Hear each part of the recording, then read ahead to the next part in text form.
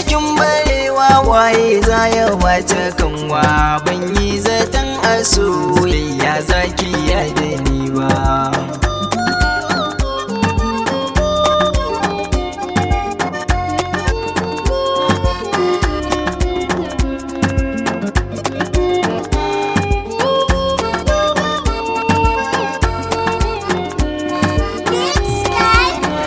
Soyayyar gudun barewa ban so ne a zahiri ba, in dai da alkawai an so ban zaki yarda ni ba.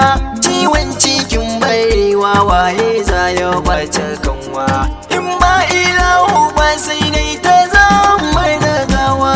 Na saki zuciya na baki da kan kulawa, zai dandane a soyayyar mu ba gudun barewa.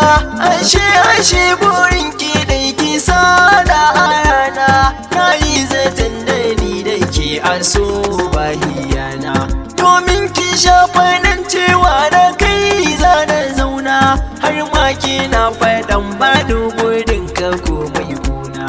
Iya wuya kina faɗan na rike duk amana, ni na rike amanar gashi ke ba ke riken ba.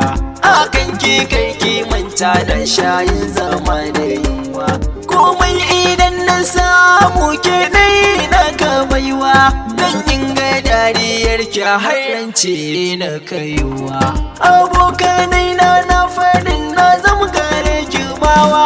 Amma duda hakan wanda na miki hidima ba, an sha zuwa a ce da ni ke baki ma da aji.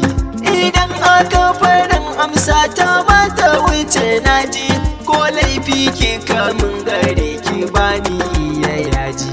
In zan faɗa akan ki bar abu ki kama gunji, amma ko da sakan manta ba nuna yin fushi ba.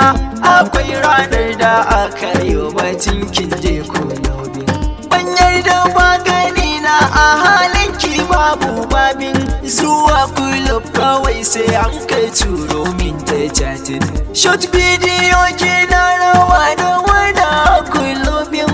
Washe gari da nai faɗa gari ne har da tsawa, kike kina faɗin kekin gaji da bincike na, har ma kina faɗin cewa da ni in sa a raina.